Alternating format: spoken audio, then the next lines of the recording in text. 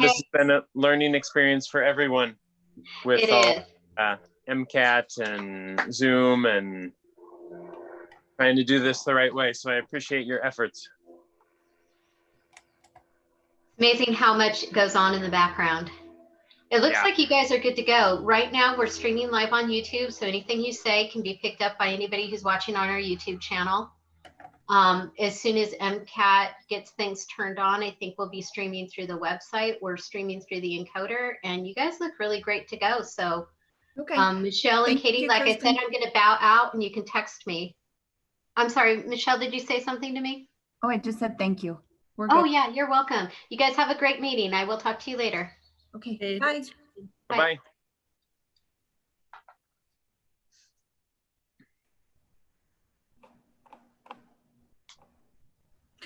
So, Jeremy, do you do roll call, or do we do roll call for energy and climate? We normally do roll call. It's normally done by Chris Rowe. He is the chairperson of the committee. I'm the vice chair, and I'm sure he'll be on here momentarily. What time is it? Like 8:59? Yes. Yeah, I would expect he'll be here in the next 2 or 3 minutes. Okay. Same with everybody else, because you're the only one here right now. Yes. Okay. And what was your name? I'm Michelle. I'm in the back doing eScribe. Okay, excellent. I think a number of people that are on our committee have indicated that they're not able to attend because of the change in time and just scheduling conflicts, especially with August. Gotcha. Okay. So I think it'll be a small meeting.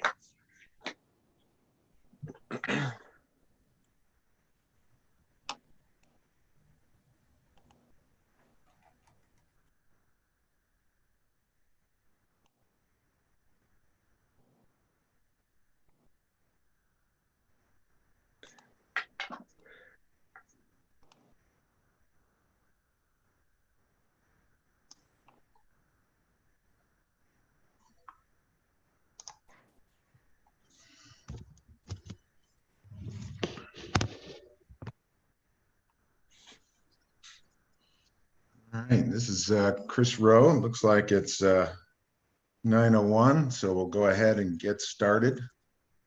As a reminder that this is a virtual meeting, a city board meeting. So this is being recorded and it is available for viewing at the city website. So www.ci.missoula.mt.us/webcasts. It's also on the city's YouTube site. So everyone remember, as part of the meeting, that it's being recorded. Okay, so we'll call the meeting to order. We'll start with a roll call.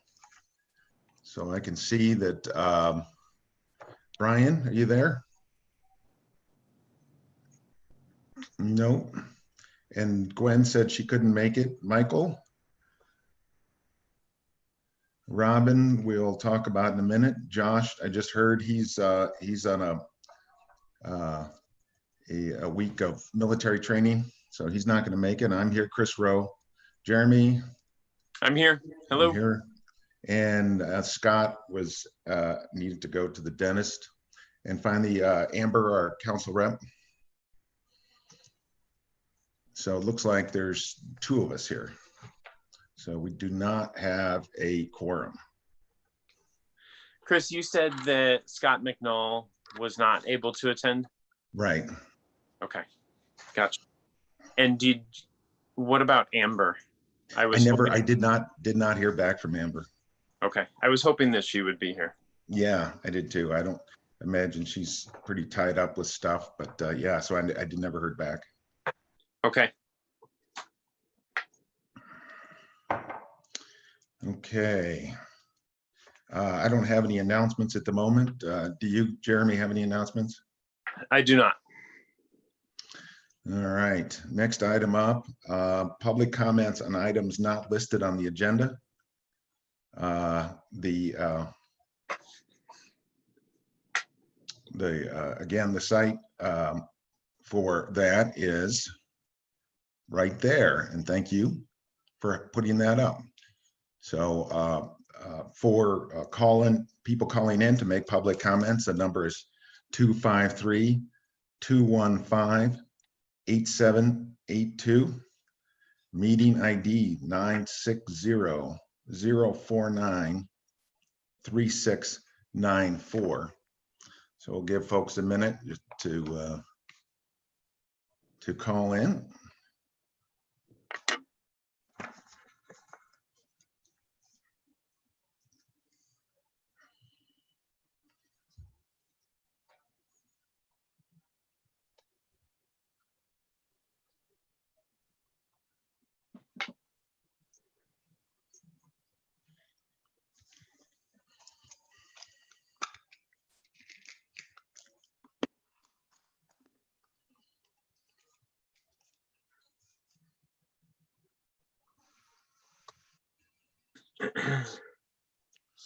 Okay, doesn't look like we have anybody calling in at the moment. So we'll move on to the next item here, which is approval of previous minutes. I don't have any minutes right now for approval. I think we're still working on getting some of those out from previous meetings. So we'll move that to the next meeting, and hopefully we'll have a handful to get approved then. From an administrative standpoint, next item up.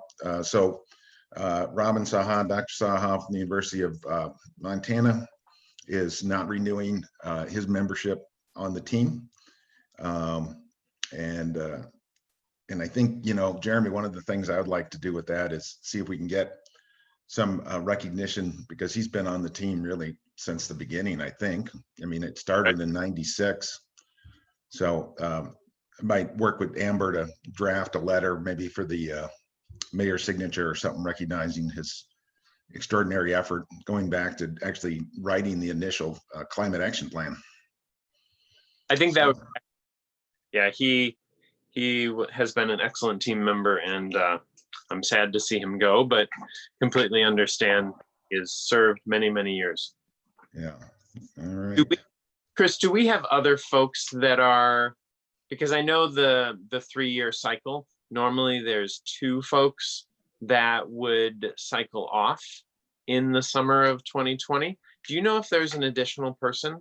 I haven't checked myself. Yeah, let me check here. I've got a document.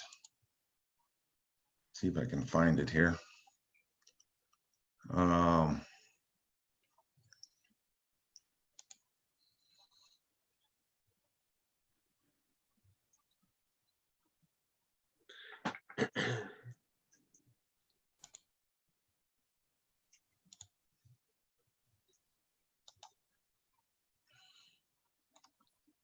And I can check later as well, Chris. I don't Yeah, want to. no, yeah, it is something that we should check to see who's next up, because we're also short somebody as an alternate.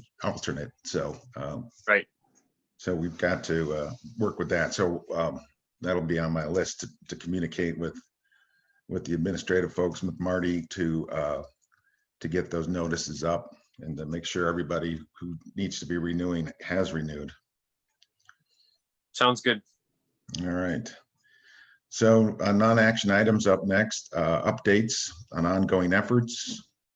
So I was hoping Michael would be here to talk about youth team members, because I know he's handling that. And it obviously is a tough time to get into the high schools right now, but hopefully he has some contacts to do that. But we'll have to follow up offline and ask him to maybe send out an update to everybody.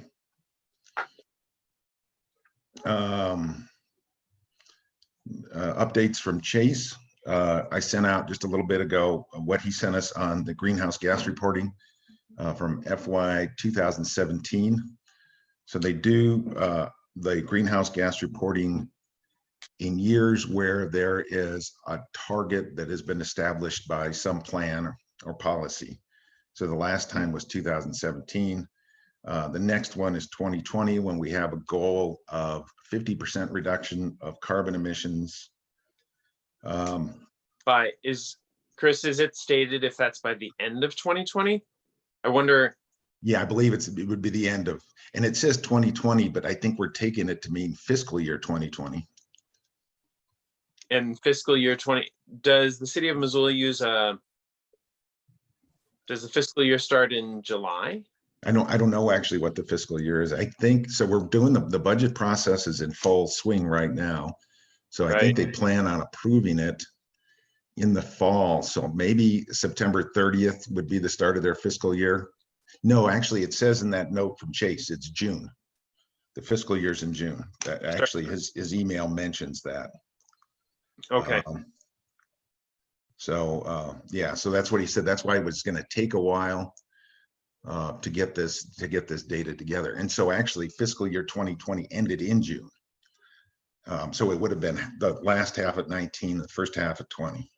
Okay. And so by the end of this calendar year, that's when he hopes to have the 2020 report out. Okay. So about 6 months post end of the fiscal year. Right. And that would indicate how close we were to meeting the target or not meeting the target. Right. That 50% reduction versus some of the other targets that we have. So, right. Did you just recently send that email out? Yeah, maybe just 5 minutes before the meeting started. Okay. All right. Sounds good. I will look for that. Yeah, I was trying to go back through it and trying to remember all the details. It's interesting. You know, in the 17, where we were, let's see here. In terms of some of the big emissions in the city, I'm always fascinated by the fact that besides you know, the city hall and the police station and the fire stations, some of the biggest users of or emitters of CO2 are the 2 pools, Currents and Splash.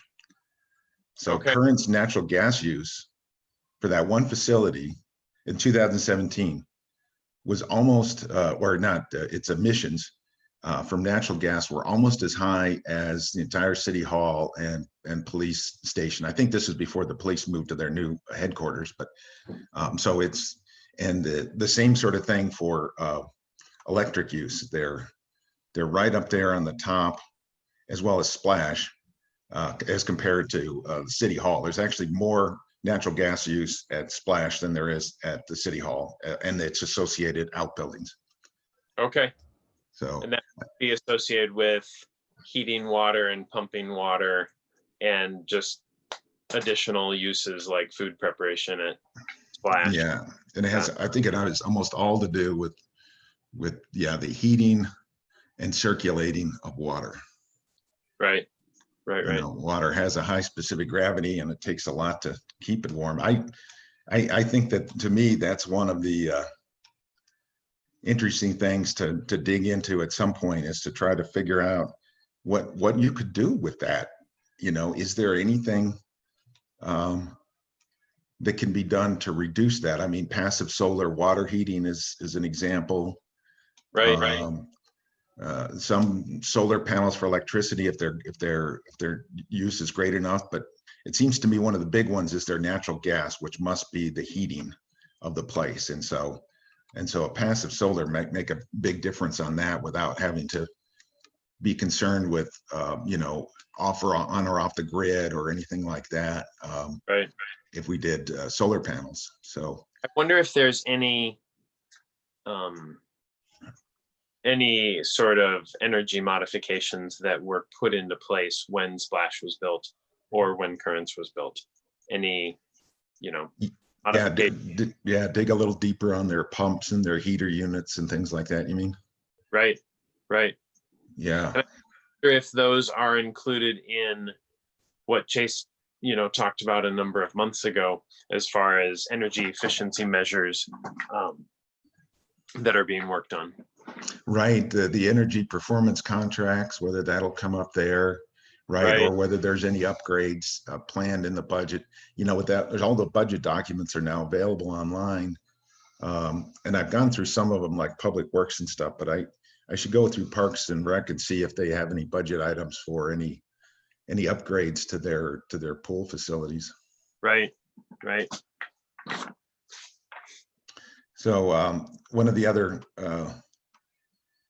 interesting ones is the next big user of or emitter of CO2 is the wastewater treatment plant. Now this is before they did that conversion with capturing the methane from the anaerobic digesters and putting it through their electric generator. And I was talking to Robin about this the other day, and he didn't think that would make as big a difference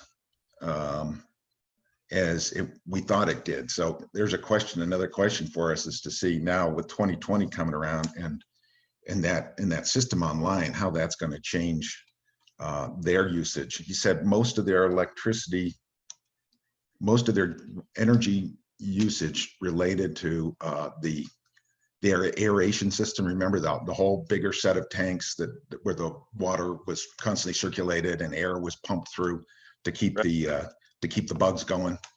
And he thought that was the big energy user there, and didn't think that generator would offset that in a large scale way. So it'll be interesting to see. But Chris, the fact, yeah. Those numbers that you were looking at, were those numbers from 2017? Yeah, these are all 17. Yeah. 17. Yeah. Okay. So before they, were capturing the methane from the digesters. So that number may also have methane emissions related to the anaerobic digesters. And so that's now all captured. And so, yeah, so it'd be interesting to see how that's going to change. Okay. So the other sort of large CO2 equivalent numbers are light duty gasoline vehicles and large utility diesel vehicles and passenger gas vehicles. So I don't know, light trucks, I guess that's their pickup fleet versus their passenger vehicles, regular cars. Right. And then that, but when you combine the three of those, it's the biggest emitter of CO2 in the system. Well, maybe not. If you combine the three, it's about 1,500 metric tons of CO2 equivalent, and that compares to the wastewater treatment plant, which is about 1,600 or 1,700 tons of CO2 equivalent. Okay. So yeah, nothing else besides the wastewater treatment plant compares in terms of CO2 emissions to our vehicle use. Is it separated out as far as the different pumping stations, or is that all included in the wastewater treatment plant as far as water? So they used that, what's it called? I have it here. They use this system ICLEI, the Local Governments for Sustainability's ClearPath software. And so all that data is input into this software.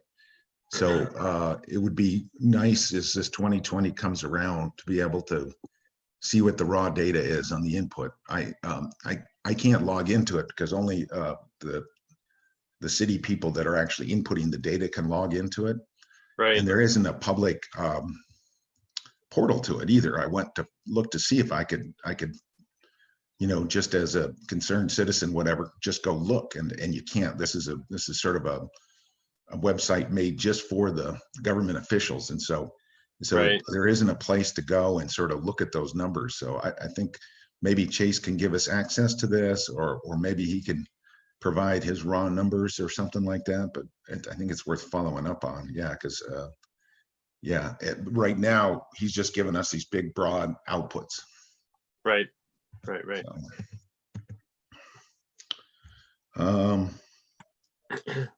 So the another update from Chase. So the Northwest Energy MOU implementation plan development is currently underway. So they're working, they're setting up these small teams of experts on things like energy efficiency and demand side usage. And each team is generating a one-page summary of what they think are the things that could be worked on and the issues they're identifying. And these teams include both folks from the county, Northwestern Energy, as well as the city. And then these summaries will come together to form the implementation plan. So I don't exactly know what that'll look like, but and so in September or October, all that plan should come together and come out for comment. And so that's when we'll see it. So so I asked Chase if there was any place for us to be involved between now and when the draft came out, and he said, no, just absolutely not. So okay, but he's expecting the draft in September, October, or is it more interesting? Yeah, so that's when we'll get it, and that's when we'll be able to comment it like everyone else.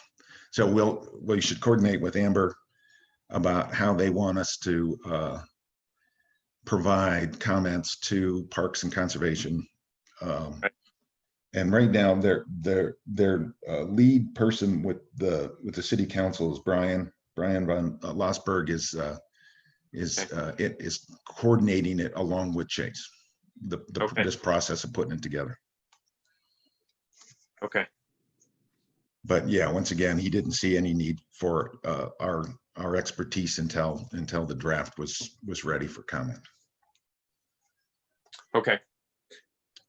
The only other item was they interviewed a couple weeks ago for their new person. So I think they must be getting close or have already hired that person.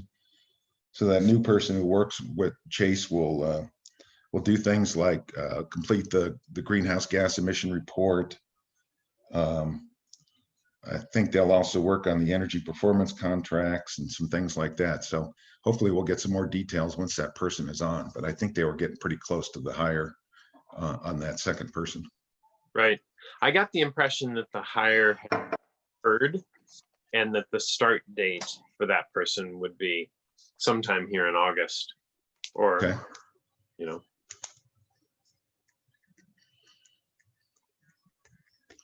All right. Well, that's cool. Yeah. So that's all I had from Chase, other than the strategic planning stuff that we got from him. Right. So right. we got that document.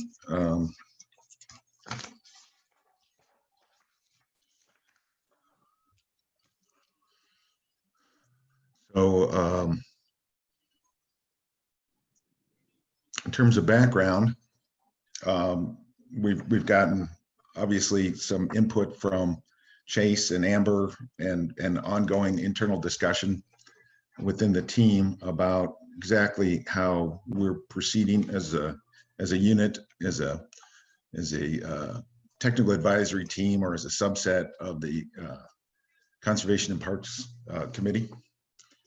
And so that has led to a series of discussions that led to this document I put out, where I've been trying to gather together what various people have been saying about where we should be heading from a larger or more strategic standpoint. So we got some really good stuff, I think, a real good place to start. Yeah, and I was hoping to talk with the team a little bit more about it and their thoughts on moving forward. But the idea right now is next week or in the next couple of weeks, having the going back to the small team, you, I, Chase and Amber, to take this information and then to maybe, I don't know when the formal kickoff was, but really nail down next steps and start identifying some critical items. And then there'll be some additional steps that will involve additional stakeholders, people like Brian von Lossberg, because he's been involved with this team over the years. Chase's boss, other people who are doing energy efficiency, renewable energy stuff, like Brian or Amy Kunnenberg, And so, and we may identify some other people as well. And then also working through our team to develop this plan. That'll look at things like, you know, is our primary goal as a policy making, is our primary goal as an educational unit, you know, all these things are included in our bylaws.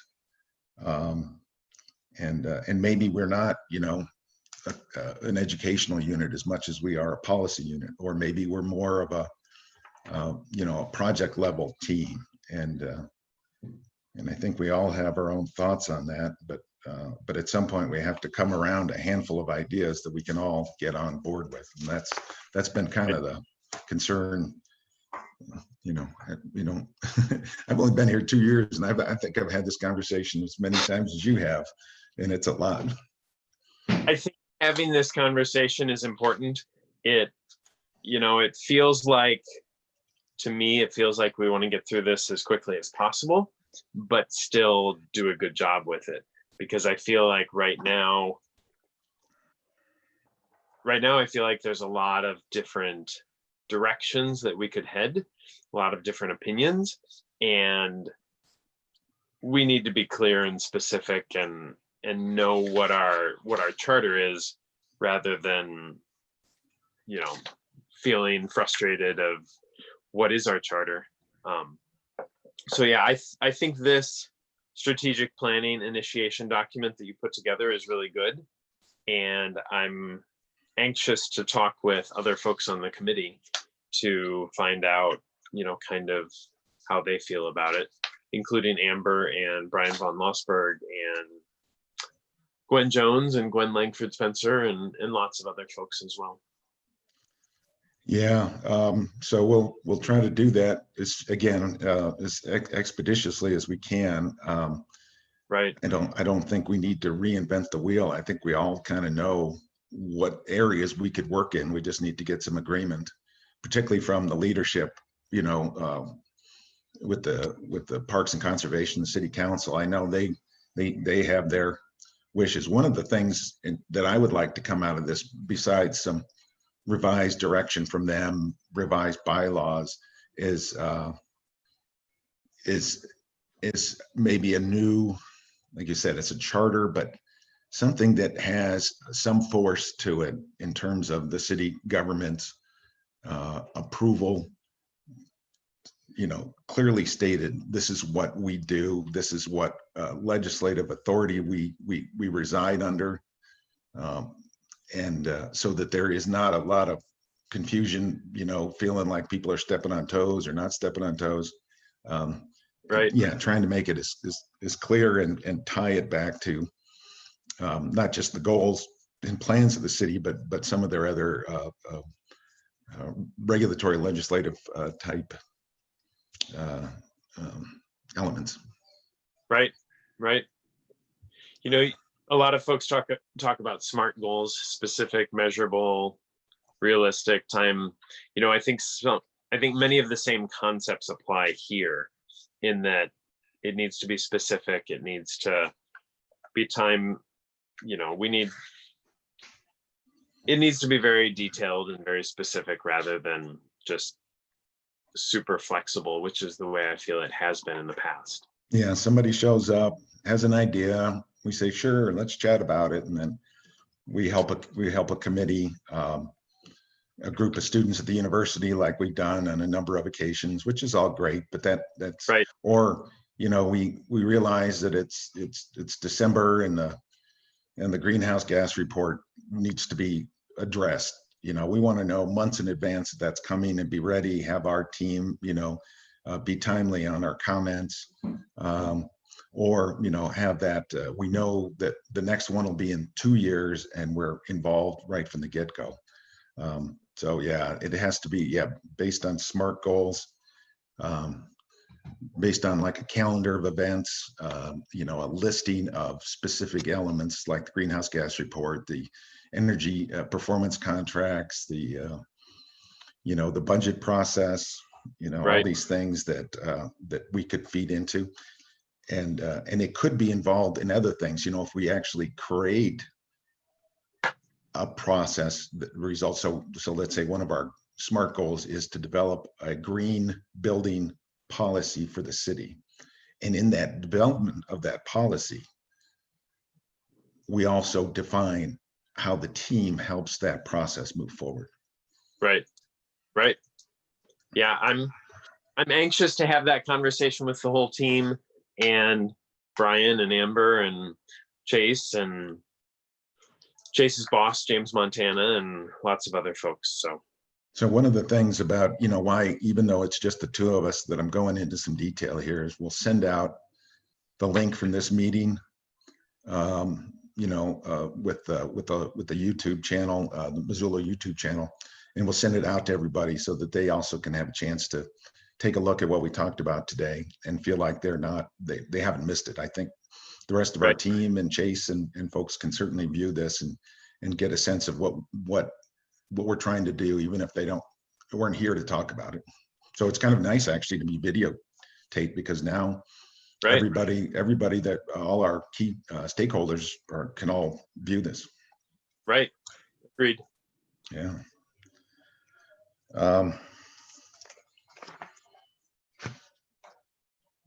Any other highlights from this initiation document we want to bring up?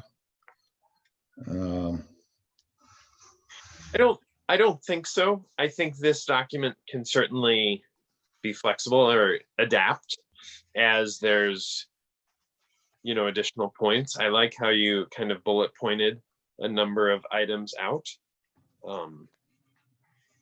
But I think that's a really good starting point, and it can certainly evolve over the next few weeks. All right, and we'll plan on doing that, and I'll plan on sending the link after this video and this initiation document. I think I've sent it to the team, but we'll also send it out to Chase and start also getting ready to send it out to some of our other key stakeholders.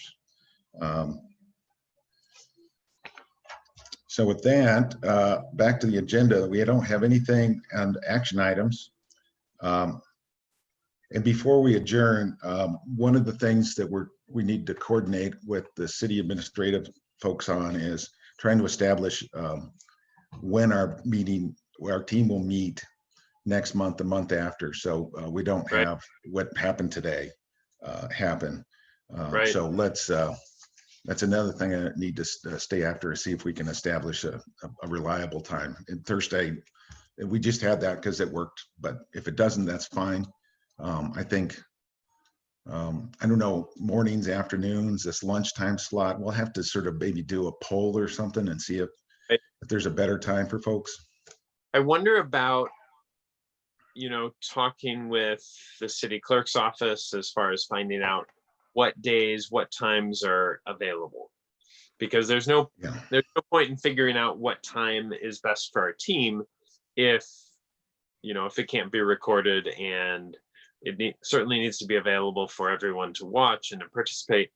So I kind of think that makes sense first, to find out what days and times would work for the city. And then based upon that, do we do a Tuesday morning or a Tuesday afternoon, or, does it make sense to do it in the evening? Does it make sense to do it, during the normal workday? Especially with youth team members, I think that's a valid question as well. Yeah. And again, bringing in Michael on that, I think is a good point. Right. So, all right, well, we'll continue that discussion with the city. The other thing that is changing at this time, especially with high school students, is that as of right now, high school students in the city of Missoula, Sentinel, Hellgate, Big Sky, and I would assume Willard is the same. I don't know specifically about Willard, but the school day is going to start at 10 o'clock in the morning and run until 3:30. So that's as of right now, based upon COVID and needing to be flexible as far as scheduling. And certainly, depending on whether or not Missoula County Public Schools is in phase 0 or phase 1 or 2, there will be homeschooling as well. But it provides an interesting dynamic, especially as we are, you know, reaching out to high school students to participate in the committee. It might make sense to try and have a meeting time that works with their schedule as well. Because their school day has been shortened in many respects, you know, going from 10 to 3:30 is a shorter time period. So trying to pull them out of classes may be more challenging, and it might be worthwhile for us to try and, you know, meet on a day or time when they are not in kind of those crunch school times. And is it a daily? Because I heard that there was like a Monday, Tuesday, and then a Thursday, Friday. Is the high school doing that, or is that just the elementary schools and middle schools? I think some of that is still flexible. And I think part of that may be determined whether it's on phase 1 or phase 2. I'd have to go back and double check the, but I know there's some flexibility in there so that, you know, if the COVID situation becomes worse, you know, in September or October, they can change phases, or if you know, if the number of positive tests decline, then you can change from phase 1 to phase 2 or something like that. Right. And along those lines, you know, with us trying to schedule our meetings, we have no idea how long, you know, these virtual meetings will be basically a requirement. Right. But it seems to me it could be for a while yet. Right. I would agree. Until essentially we have, you know, a viable treatment. Right. Cure, maybe, I don't know what it's going to be, but. Right. Chris, the other thing that Missoula County Public Schools is doing is having different schedules based upon your last name. So in my case, our son, you know, last name starts with F. So he's going to be in the A through L group, whereas a different group of students are in the M through Z group. And so, you know, our son may go to school on, I forget, actually they have a different schedule, but needless to say, we don't necessarily want to do it based upon that, because somebody who applies for the committee may have a last name that starts with R, or may end with C, or, you know, start with C. Yeah, and Willard may be different, and Loyola may be different, and correct. And it still may change, you know, if things go well, or if they don't go well. Yeah, right. The different phases. It's crazy time. Right, indeed, lots of moving parts. Yeah. So. All right. So we're going to go ahead and adjourn. There was no actions decided today. So just general conversations, but we'll make sure that we let folks know what we talked about, and we'll move forward from there in meeting with our key team and stakeholders about this strategic planning process. Sounds good. Chris, thank you for your leadership, and I know we'll be in touch, and I will support in any way that I can. Sounds good. Thank you very much, Jeremy. All right, take care. All right.